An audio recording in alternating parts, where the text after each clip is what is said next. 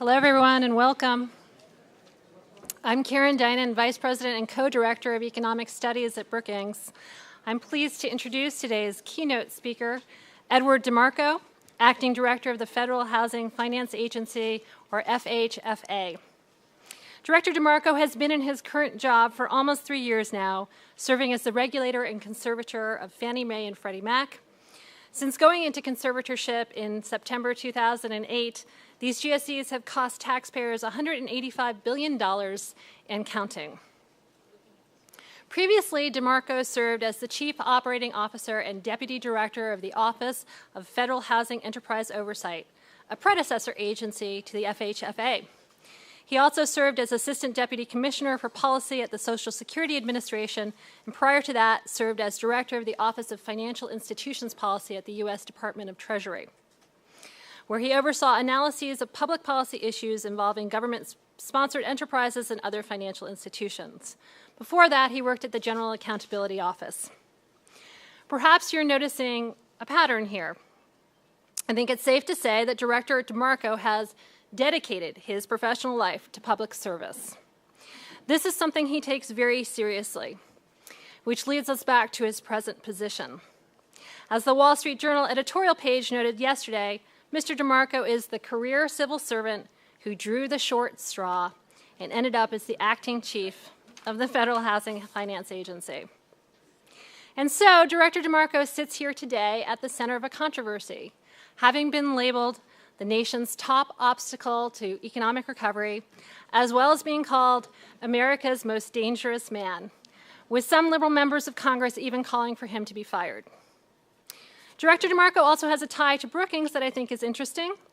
He was a doctoral student in economics at the University of Maryland, and his advisor was my colleague Hank Aaron, a longtime Brookings senior fellow.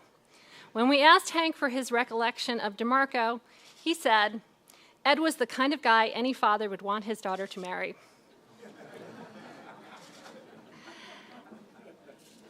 Hank went on to say that when he saw Ed DeMarco was the name of the person who was in the crosshairs of various groups, he went and checked whether it was the same person he had known. And he thought, quote, "It would have been hard to have anticipated that a person as quiet, nice, and mild as Ed DeMarco would ever become the center of the sort of controversy he is in." And I'm sure there are many who share Hank's surprise, including perhaps the director himself. Getting onto the program, Director DeMarco will speak, and then my co-director in economic studies, Ted Gare, will moderate a question and answer session. Then we'll have a panel discussion of the principal reduction issue featuring several distinguished experts in the housing finance area. And with that, I'm going to let Director DeMarco take it away.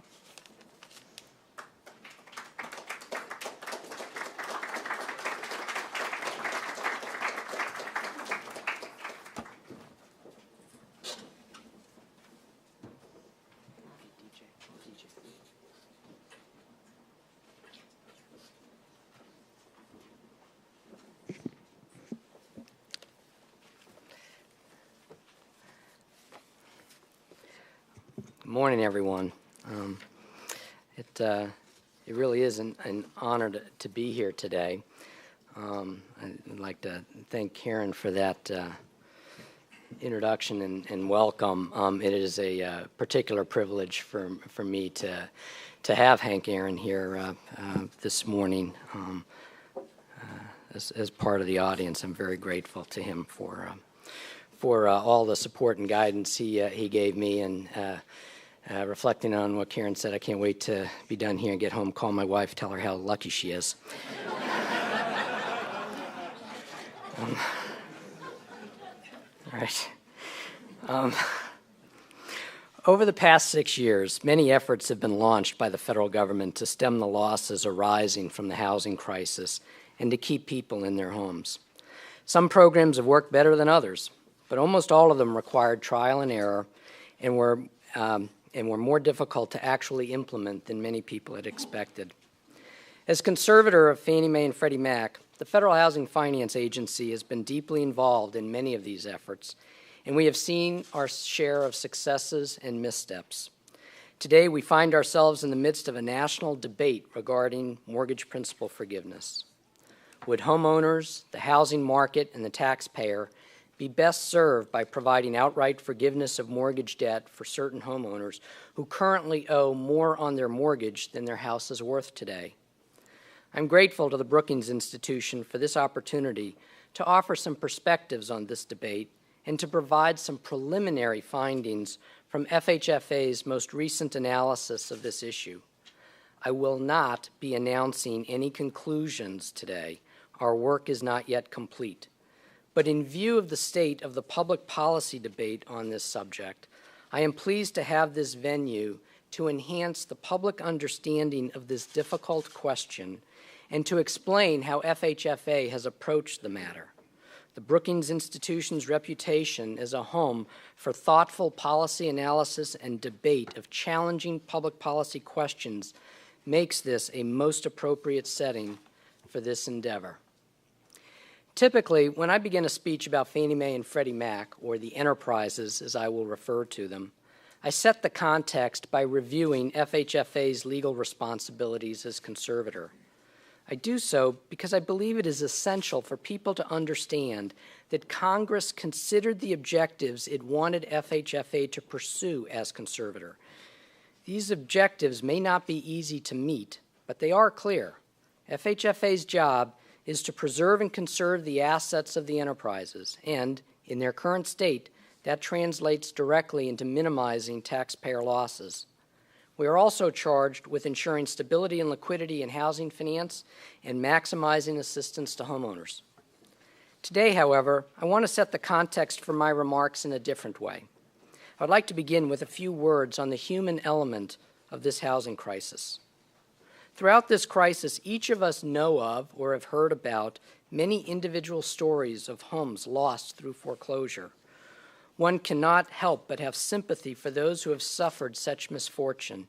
And surely no one can look at the dislocations in the housing market and not feel frustration at how so many people and institutions failed us, whether through incompetence, indifference, or outright greed or fraud. Yet we are also blessed in this country with people and institutions who care, who are strongly motivated to provide assistance and find solutions. The staff at FHFA has worked tirelessly since the enterprises were placed into conservatorship to seek meaningful, effective responses to the housing crisis. With the staffs at Fannie Mae and Freddie Mac, at the Treasury Department and HUD, and numerous financial service companies, FHFA has sought to develop and improve on loan modification and loan refinance programs that bring meaningful options to struggling homeowners who want to stay in their homes. In a moment, I will describe these efforts and their progress to date. We know we have much more to do in this area, and the strategic plan for conservatorship that we submitted to Congress in February identifies that work as one of our 3 strategic goals. There's another human element in this story that does not seem to receive much attention. Clearly, many households got overextended financially. Some accumulated debts they couldn't afford when hours or wages were cut or jobs were lost. Others withdrew equity from their homes as house prices soared. Others bought houses at the peak of the market, often with little money down, perhaps in the belief house prices would continue to climb. Yet there are other Americans who did not do these things. There are families that did not move up to that larger house because they weren't comfortable taking the risk. Perhaps they had to save for college or retirement and did not want to invest that much in housing. And there are people working multiple jobs or cutting back on the family budget in many ways to continue making their mortgage payments through these tough times. Many of these families are themselves underwater on their mortgage, even though they may have made a sizable down payment. Whichever of these categories any particular homeowner falls into, the decline in house prices over the last few years has reduced the housing wealth of all homeowners. The Federal Reserve has estimated that from the end of 2005 through the end of last year, the decline in housing wealth amounts to some $7 trillion. 6 years into this housing downturn, the losses persist. The debate continues about how we as a society are going to allocate the losses that remain. Asking hard questions in this debate does not make one unfeeling about the personal plight this situation has created for so many. Indeed, the majority of those most hurt by this housing crisis did nothing wrong.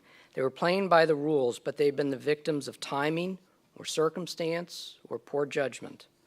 In short, the human element in this unfortunate episode in our country's economic history stands out and commands our attention. Virtually every homeowner in the country has suffered a loss. But that doesn't make the answers any easier. And it poses a deep responsibility on policymakers to weigh all these factors in seeking solutions, including the long-term impact on mortgage rates and credit availability of the actions we may take today. With this as backdrop, my goal today is to answer two questions. What do the enterprises do to assist borrowers through these troubled times in housing?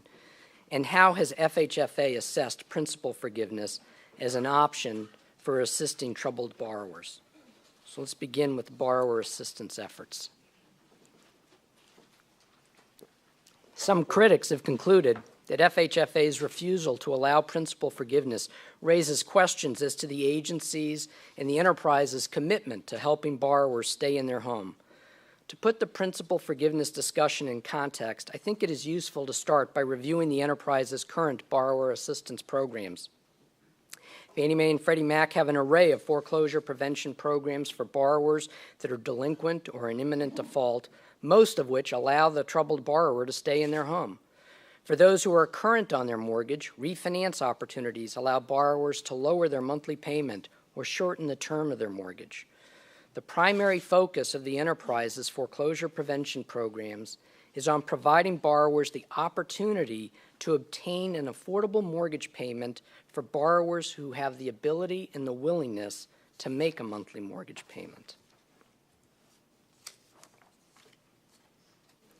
Let's look more closely at foreclosure prevention efforts. I want to start with home retention options, of which loan modifications is the principal approach. Right? The enterprise's current loan modification programs are designed to help homeowners who are in default and those who are at imminent risk of default.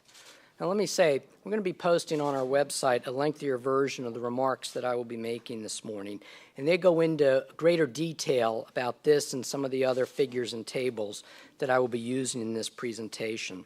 So I will try to summarize some of this as we go along. What this chart shows is that for a troubled borrower seeking a loan modification, the mortgage servicer will first work through with the borrower whether they are eligible for and can benefit from a HAMP, or Home Affordable Modification Program, modification, right? And this chart shows the order of the steps that are taken to reduce the monthly the borrower's monthly mortgage payment down to 31% of their current gross monthly income. Right? Some borrowers aren't eligible for or can't benefit from a HAMP mod, and Fannie and Freddie have their own proprietary modifications or standard mod that they also offer. And so the second column works through that modification approach as well. But again, the idea here is to get the borrower into an affordable monthly mortgage payment. You will note in these two columns that they both talk about forbearing on principal. With a principal forbearance modification, a portion of the loan principal amount is set aside, usually the underwater portion. The homeowner does not pay interest on that portion of the loan.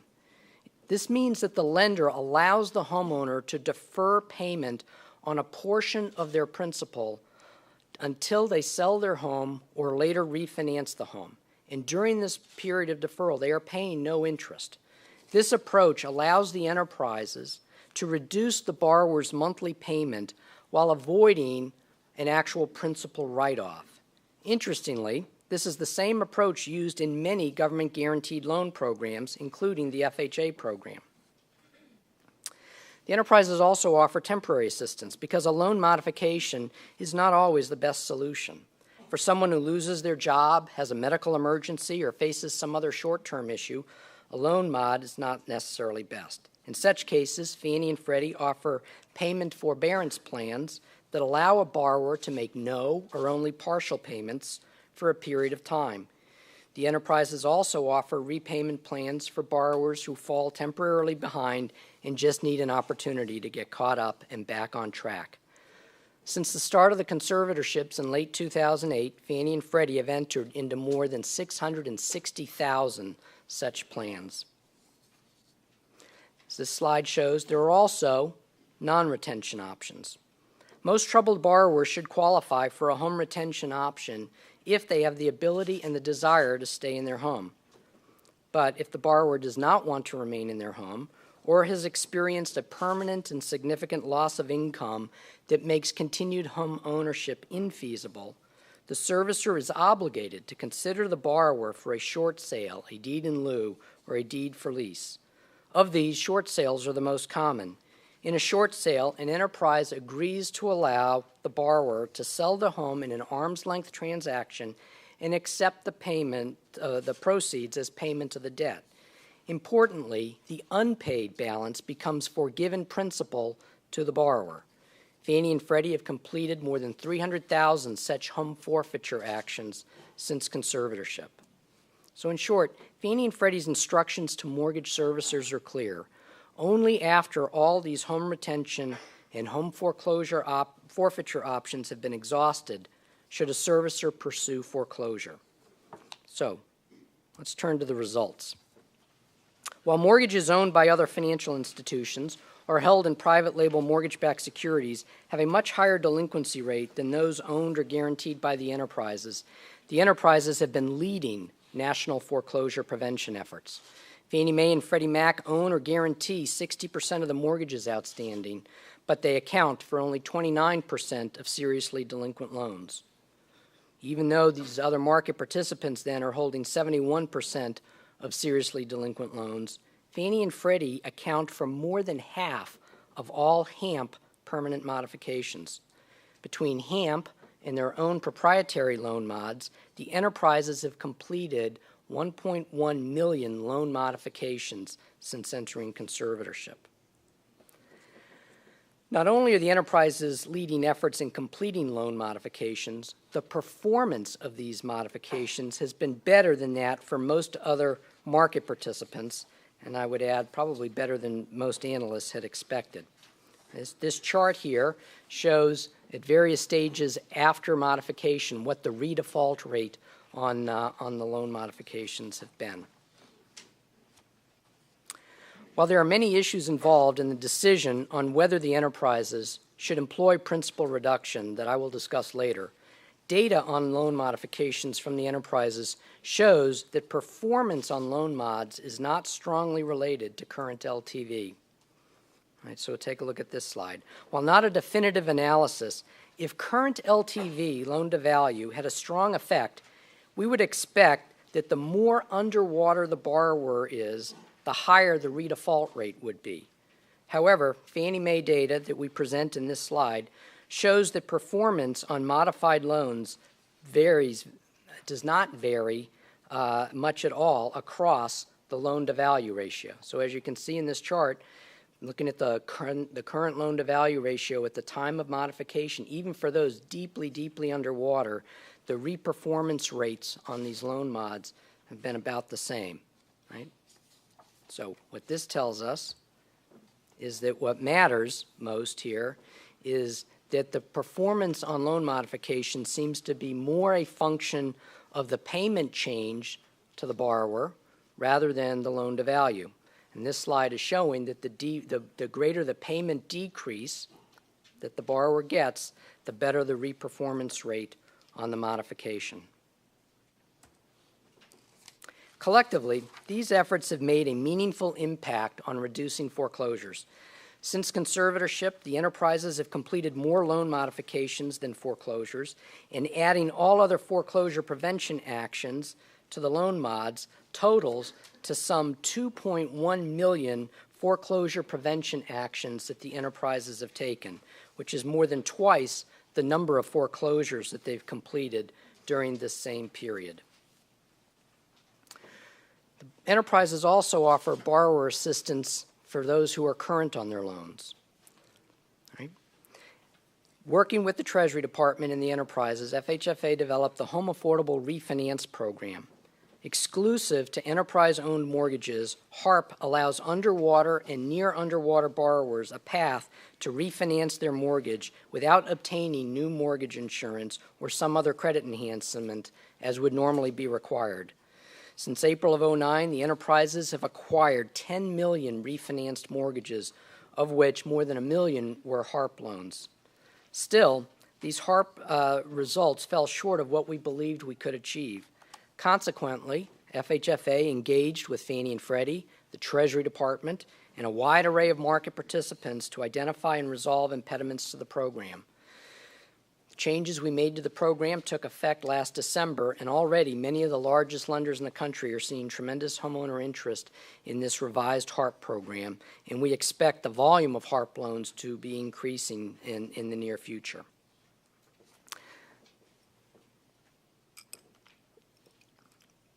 Let me turn now to principal forgiveness.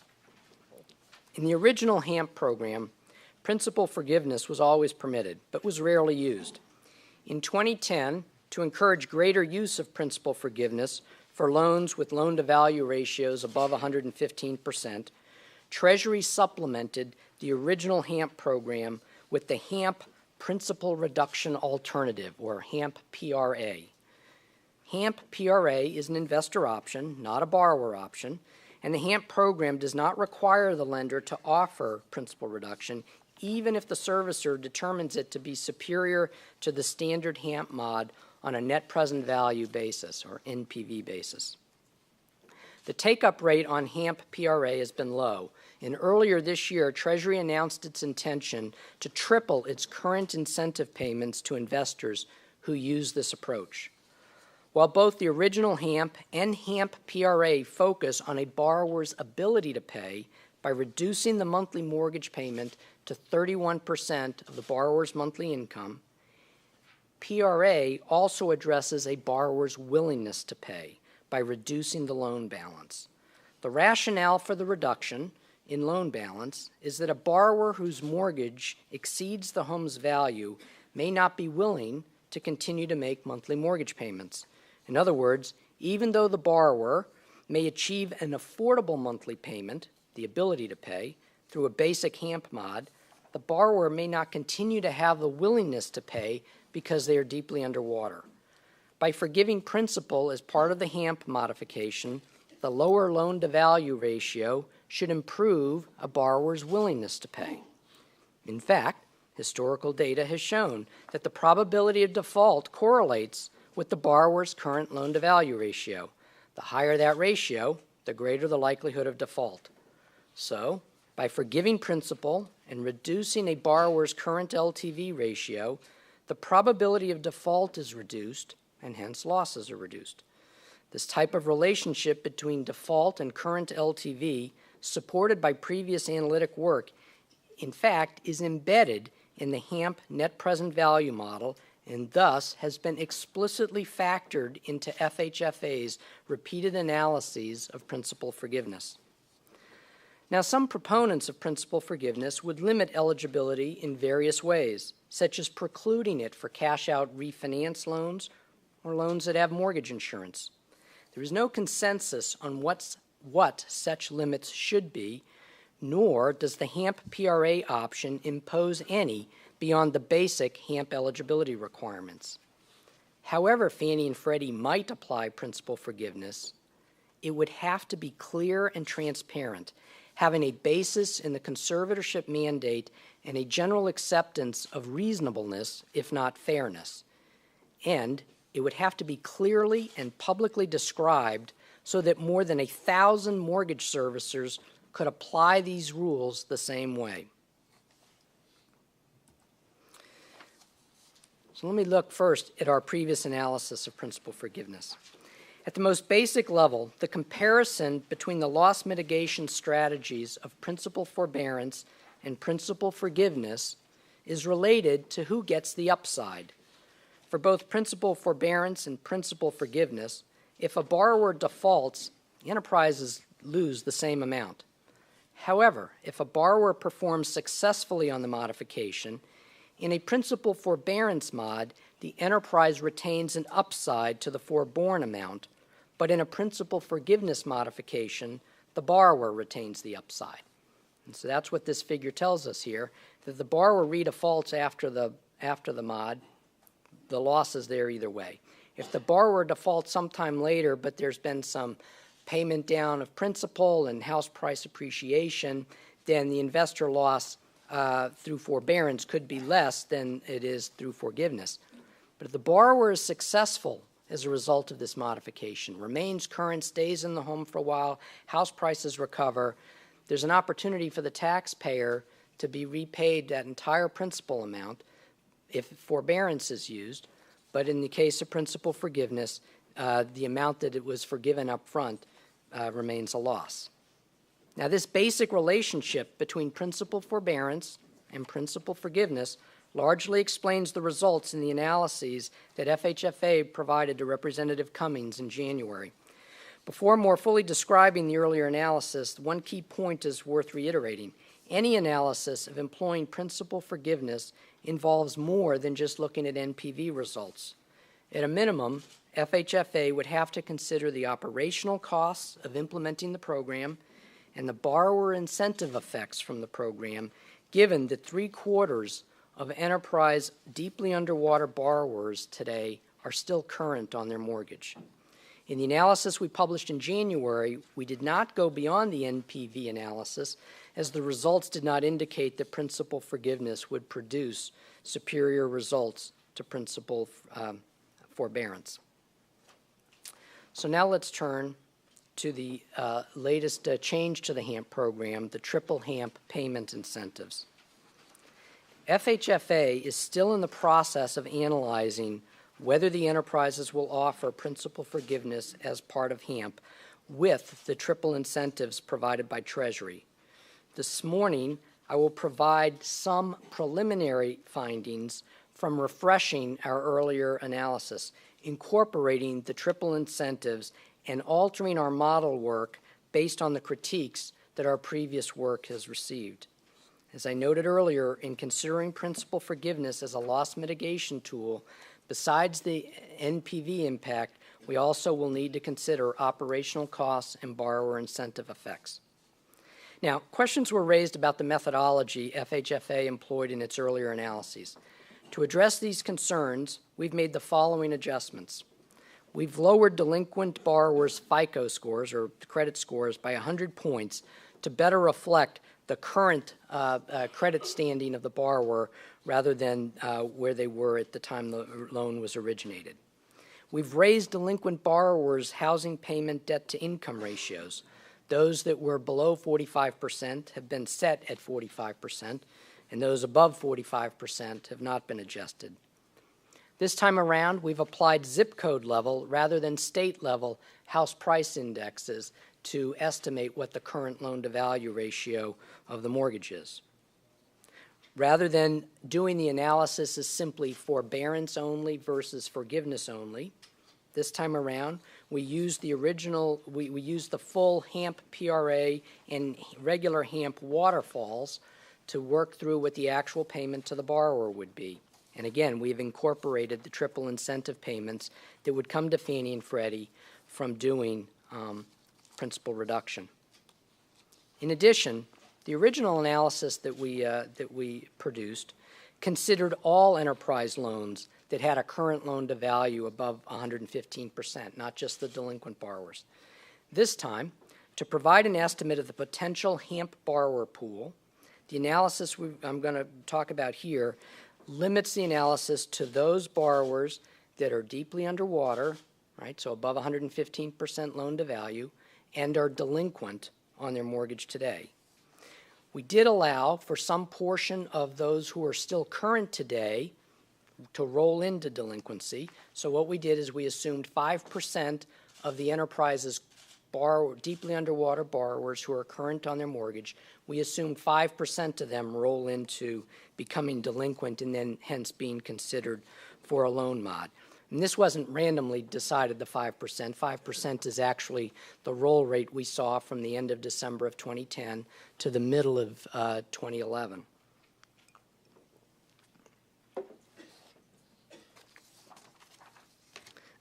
So let's look at some of the results here. This slide shows that the enterprise losses on these loans are expected to be almost $64 billion if they are not modified but went through foreclosure. So you can see in the two columns the 63.7 there. Right? Now, If we do principal forbearance, the model results tell us that the losses on these loans would be $55.5 billion.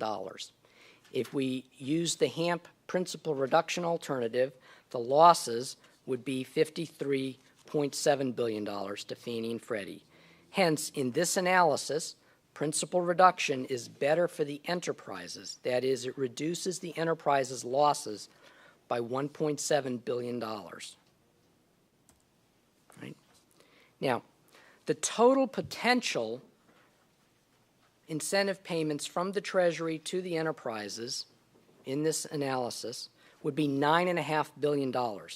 But the expected incentive payments that would actually be paid is much less. It would be $3.8 billion. That's the bottom of the last column here.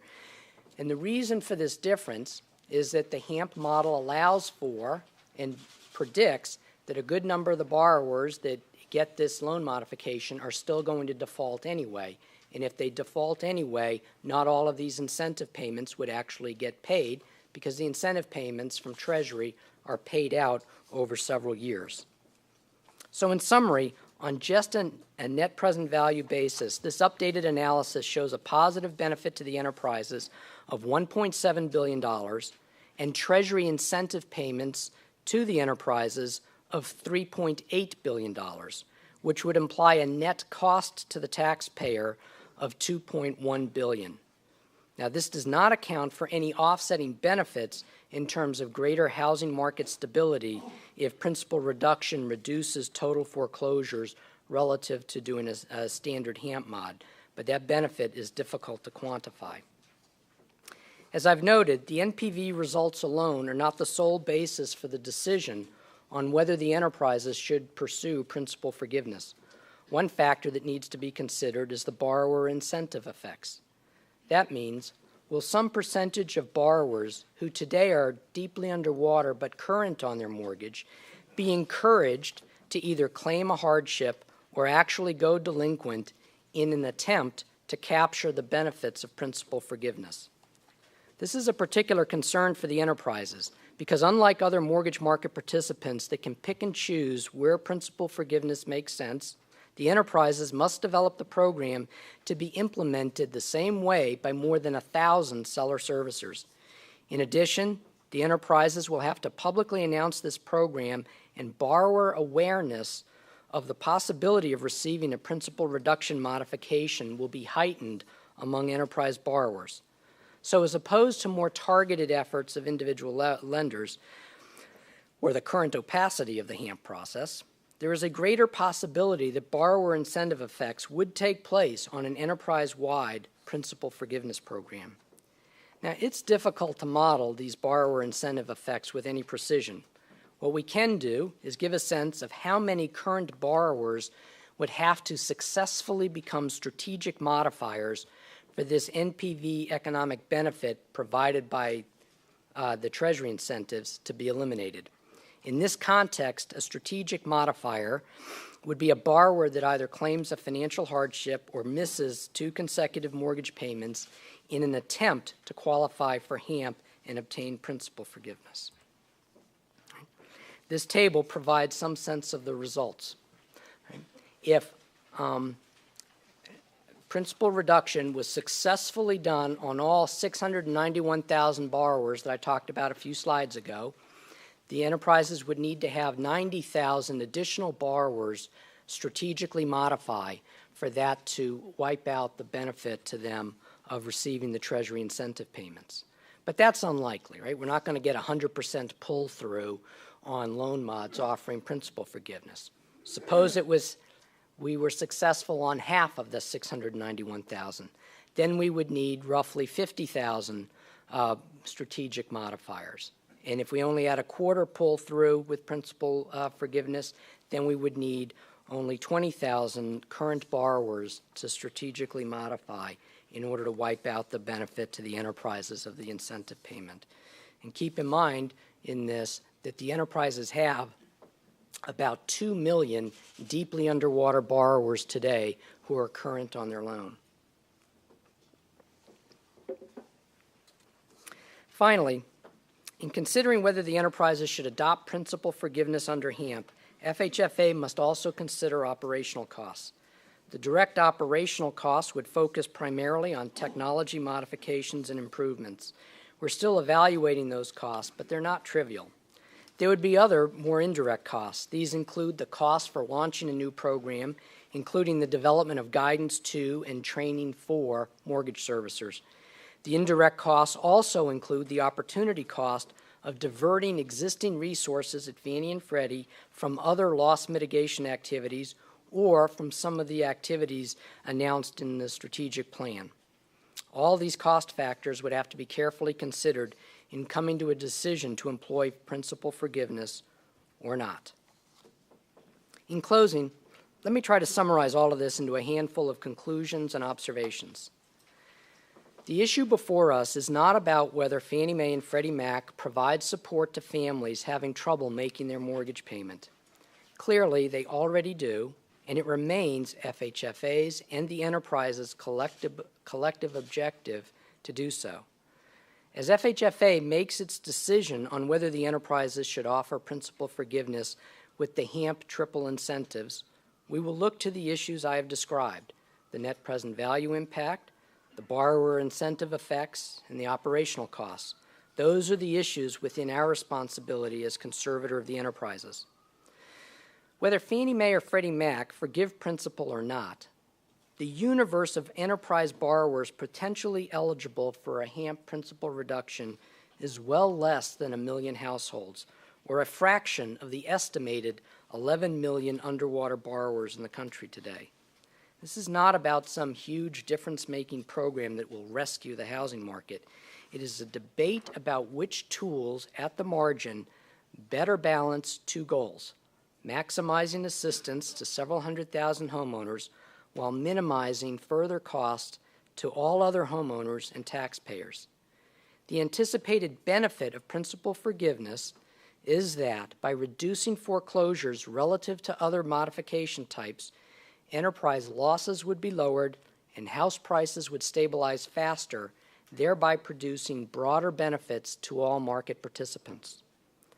The far larger group of underwater borrowers who today have remained faithful to paying their mortgage obligations are the much greater contingent risk to housing markets and to taxpayers. Encouraging their continued success could have a greater impact on the ultimate recovery of housing markets and cost to the taxpayers than the debate over which modification approach offered to troubled borrowers is preferable. A key risk in principal forgiveness targeted at delinquent borrowers is the incentive created for some portion of the current borrower population to cease paying in search of a principal forgiveness modification. In closing, the population of underwater borrowers, current and delinquent, remains a key risk for Fannie and Freddie, for taxpayers, and for the housing market. There may still be improvements to current efforts that can mitigate this risk in a cost-effective way. And I want to conclude by saying FHFA remains committed to working with the administration and with Congress on these difficult questions, because we recognize we all have a shared objective of preventing avoidable foreclosures, minimizing taxpayer losses, and bringing a greater measure of stability to housing markets across the country. Thanks very much for having me today.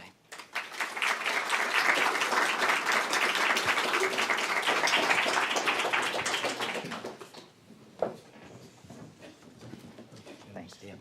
I think you should just have a seat here. Is that okay? Thanks. I think these are our seats. Well, first, let me thank you for coming and giving such a thoughtful speech. And we share with you the ambition to just trying to inform the debate. And I think we have a good panel set up to kind of probe into this further. I wanted to start, you mentioned today, as you did, I think as you suggested you do every time you give this speech, you talk about your legal responsibilities.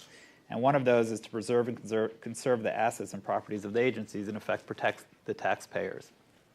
So the key question, I think, for your new analysis, and you alluded to it in your sample NPV analysis there, is how much do these new Treasury incentive payments change the equation? And in the role of your legal responsibility, do you view the cost, so these Treasury incentive payments are also payments from the taxpayer.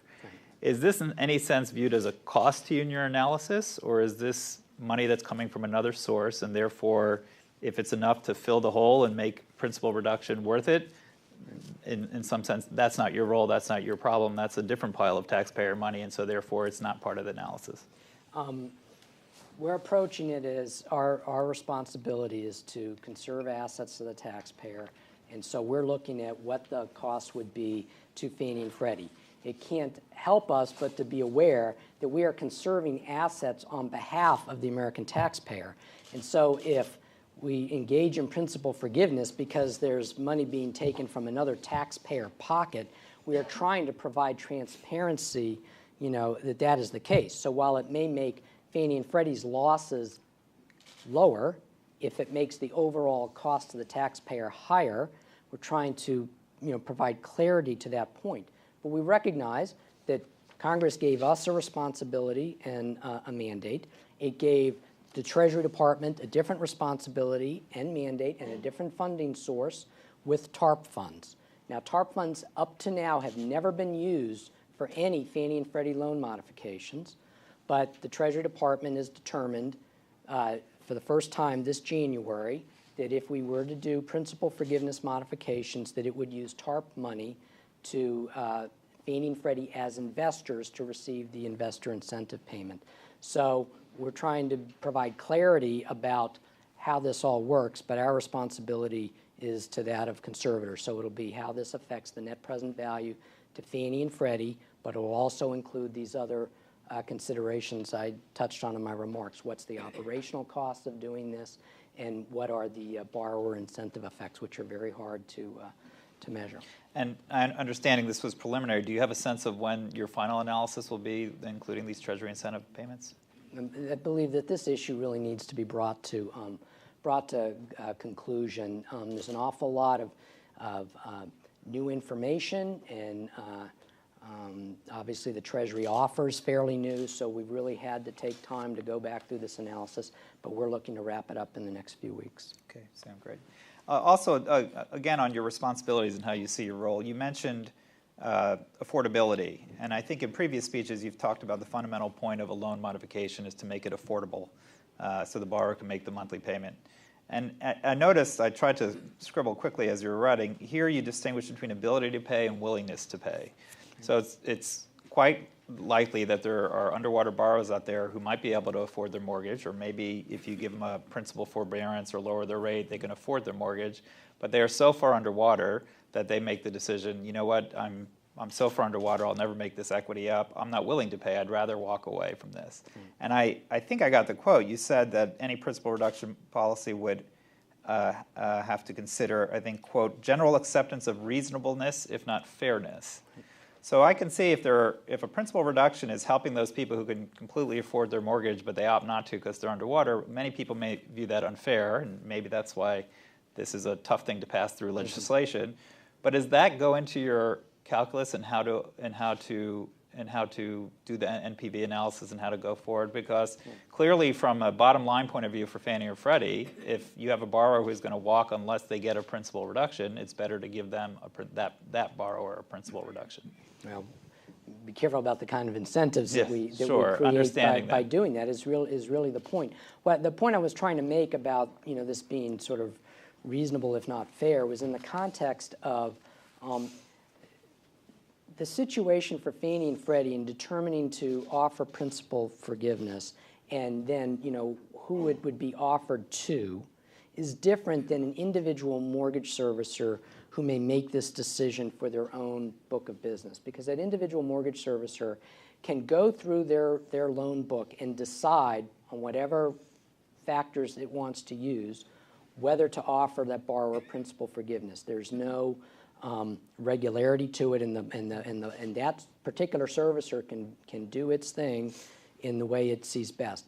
For Fannie and Freddie to do this, they're working through over 1,000 mortgage servicers, and they're doing it, and everything they do has to be much more transparent. So we have to write guidance that gets published and posted publicly that goes out to these 1,000+ mortgage servicers that says, okay, if a borrower comes in and a troubled borrower needs a loan modification in order to stay in the house and not go through foreclosure, right, here's how you go about evaluating that borrower. And if we're offering principal forgiveness, we have to be very clear and transparent about the decision rules these 1,000+ servicers are supposed to apply. And because there's that amount of transparency in exactly how the rules are applied, it raises a concern for us that that makes it easier to be strategically modified against relative to an individual servicer who doesn't have to provide any of that sort of transparency to the borrowers in their book. So if I could follow up, I think there's 2 points there. One is it may make complete sense to give borrower A a principal forbearance and borrower B a principal reduction, but it's really awfully hard to distinguish which one is which. And I think what you're saying is, putting aside the change of behavior, trying to set up rules such that you can identify one versus the other is very difficult. And so you may, in effect, be faced with a clunkier system, which is they either both get it, which may not be worth it, versus they both get principal forbearance. I think that's step one. That's certainly part of it. And, and if I may, Ted, just to clarify a little bit more on principal forbearance. And what principal forbearance is doing is it is in fact taking, most or all of the underwater portion of the borrower's loan principal. It's setting it aside. It's charging 0 interest on it. There's no repayment against it. And it just sits there silently until the borrower either ultimately goes into foreclosure if they fail in their mod, or if the borrower is successful and stays in their home and somewhere way down the road sells the house. It takes that forborn principal that no payments are being made on, lets it sit there, but down the road, if the loan modification is successful, then the borrower retains that obligation to pay off that forborn principal amount, right, at the time they sell their house. That gives the taxpayer the opportunity to share in the borrower's upside. If this loan modification has been successful and has allowed the borrower to stay in their home and kind of go along, that's great. I mean, the borrower got that opportunity because the taxpayer provided the loan modification, but the taxpayer then gets to share in that upside down the road if you do principal forbearance. So that's why our point is the borrower is getting the same monthly payment either way. The question really comes on the upside. If over the long term these loan modifications are successful, how do we get the taxpayer to share in that upside success of the borrower? I know we may hear about this later too. That brings up another question. Is there a way to do some sort of shared appreciation model where you give them a reduction in principal, but Fannie and Freddie in some sense keeps the upside for future price appreciation? Right. So fair question. It's being talked about. In fact, principal forbearance is a form of shared appreciation. It's a less complicated form of it because we don't have to do a new loan instrument, and the operational tracking of this is much simpler. But it in fact is a form of shared appreciation. It's saying that we're setting aside this forborn amount, and down the road, home prices recover, borrower pays down their mortgage, that the investor, in this case Fannie or Freddie, gets all the upside up to the forborn amount, and then every dollar after that, the homeowner gets all of it. So it's one form of doing shared appreciation. And if I may, you talked about this, and I think this is a useful exercise to kind of size the impact that even if you did go full hog on a principal reduction, how much could this affect the broader there's 11 million underwater borrowers, and how much that would even affect the broader housing market. One thing I don't think you touched on, but I'm curious to know, the incentive payments, there's a range. And I think the range is the incentive payments are lower for people who have been without payment or in the foreclosure process for the longer period of time, over 6 months, I think, since last payment. Those incentive payments are pretty small. And I think that's acknowledging that if somebody hasn't paid their mortgage in over 6 months, even with a principal reduction, they might not be recovering and staying in their house. Mm-hmm. And I looked it up after I saw that, and I think the latest numbers, there's about, of people in the foreclosure process, is something like 11%, only 11% have been less than 6 months since their last payment. So I guess that's my question on the sizing. Is this something, obviously it's going to have to figure into your analysis, but this would, you gave a number of less than $1 million. Right. That is also addressing this issue that a lot of people might be actually too far into this, that even a principal reduction might not be helpful to them or might not keep them in the home. Yeah. So a couple things to that point. First of all, in the preliminary findings we reported, all right, the assumed Treasury incentive payments to Fannie and Freddie were scaled according to the rules of the HAMP program. So it's the amount of incentive payment did vary on the loan. That was factored into our modeling result. But to your question about sort of what's the universe we're talking about, there's a common estimate that there's 11 million underwater homeowners in this country. Estimating this is pretty difficult because it involves using house price indexes and there's all sorts of measurement issues with that. But taking all that as it is, right?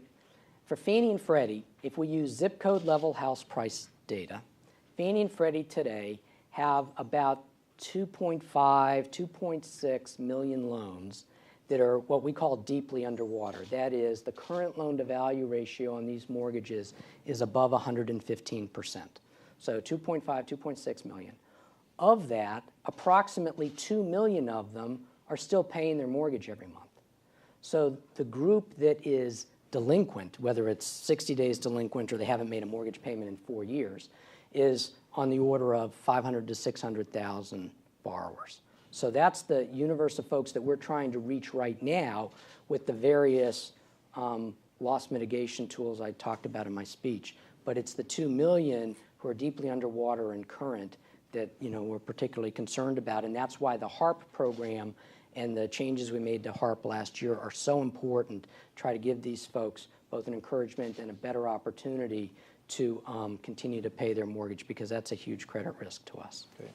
We're going to take questions from the crowd, if that's all right. So we have time for a few questions.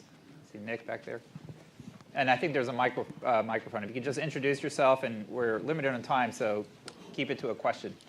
Sure, thanks. I'm not going to stand up because of the camera behind me. 2/3 of all of Fannie Mae's loans in Nevada are underwater, and half of them have loan-to-values above 125%. HAMP mods are temporary in the sense that after 5 years, the reduced payments will begin to rise again. So I wonder if in places like Las Vegas, where amortization and appreciation may not bring these borrowers back to positive equity in 5 years, do you think the current modifications in these parts of the country are sustainable? It's a fair question, but I think actually they are. One thing about what happens in 5 years is it's the interest rate. If the interest rate got lowered to 2%, it starts increasing at that point. If there's principal forbearance, that principal forbearance goes for the life of the loan. That does not change at the 5-year mark. What changes at the 5-year mark is a resetting of the mortgage interest rate. And so in the HAMP program, the mortgage interest rate can be lowered as far down as 2%, right?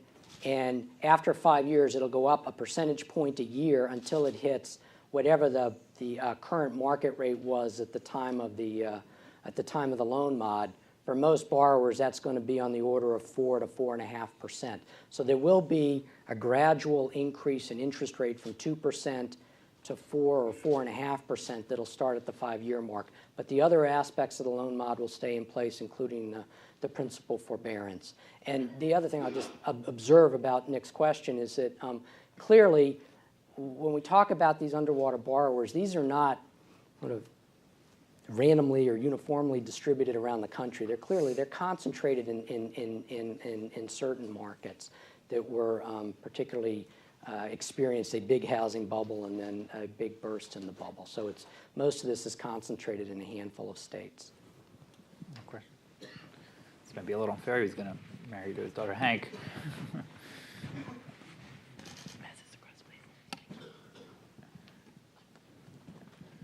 I have an analytical question. To what extent did you subject your calculations to the real estate equivalent of the bank's stress test? That is to say, to what extent would your calculations, did you build into your analysis the possibility that real estate markets might perform significantly better or worse than the best guess? And if so, what was the sensitivity of the calculations to such variations? And a related question to that is, you stressed the fact that the interventions you were discussing are relatively marginal in the larger sweep of delinquencies. But the impact of even marginal shifts in behavior of homeowners on the course of the housing market could have feedback effects on the very calculations you're trying to make. So my question is, really, I'm asking you for the error properties of your model. Right. So fair enough. The model itself assumes home prices stay flat. There's no appreciation or depreciation in home prices that are part of this. So we don't bank on there being an upside, but at the same time, we're not stressing it on the downside. We do other analyses that do that, but in terms of assessing an individual borrower for loan modifications, that's not part of what we do.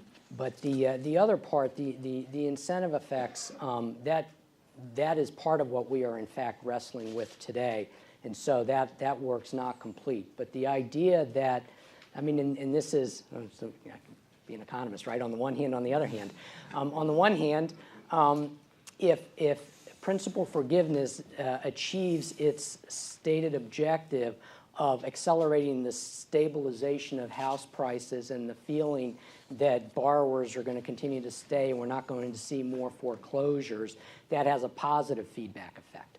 On the other hand, if principal forgiveness offered to borrowers who are deeply underwater and stop paying their mortgage creates a sense across the country of, among all these borrowers who are paying their mortgage, that what am I doing this for?